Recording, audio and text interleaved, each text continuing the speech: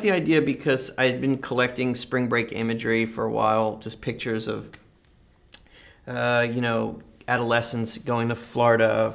It usually happens 1 week of the year, and it's a time where they pretty much just take over and destroy things and have sex and completely debauchery and just you know, take everything to the limit, and then they get in their cars and they drive home and pretend like it never existed and go back to school.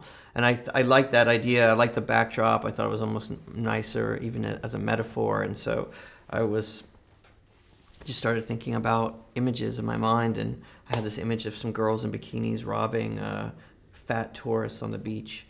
And then from there, I just started to build up the fantasy of the characters and the storyline.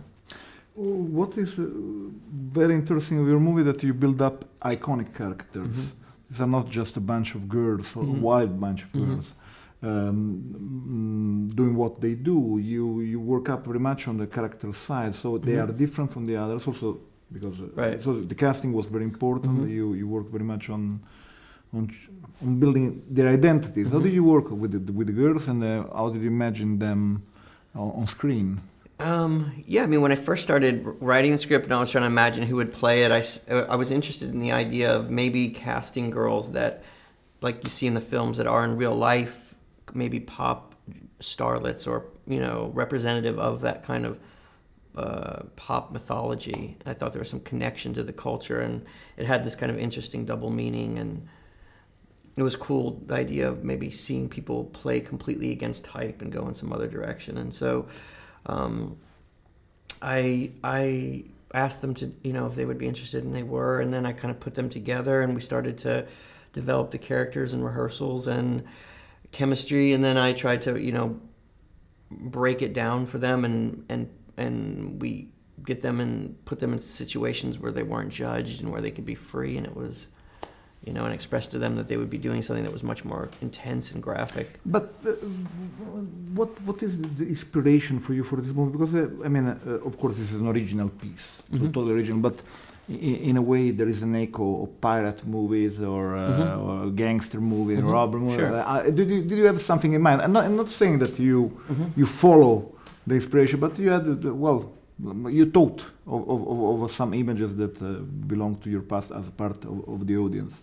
And not just direct. Yeah, I mean, the whole movie, the style of it, everything, it's kind of like a strange cultural mashup, you know. It's like a piece of pop poem. I'm trying to use certain things that are maybe iconic and specific to a kind of pop vernacular, and then obviously it's an impressionistic reinterpretation of that.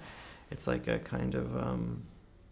I wanted the movie to be more almost like a physical experience, or even a drug experience, something that mimics some type of hallucinatory, you know, transcendence, some type of, you know, crazy physical experience. The movie is also very fun. From how much? Let's talk about the humor. How did you want to work on this particular aspect of the movie? Yeah, no, I wanted the movie to be funny. I mean, the culture is fun. That world is funny. Things are funny and strange, and sometimes also, you know, characters in this movie go from being very funny to very horrible very quickly, and very beautiful to being ugly, and, you know, it's all kind of, it's a swirl. And so, yeah, that was something. The humor of it was important.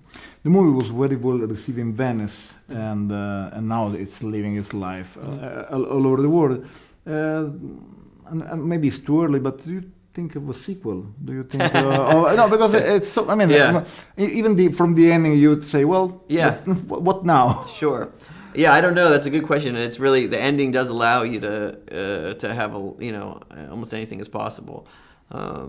I don't know. A sequel would be kind of nuts, but maybe Alien comes back.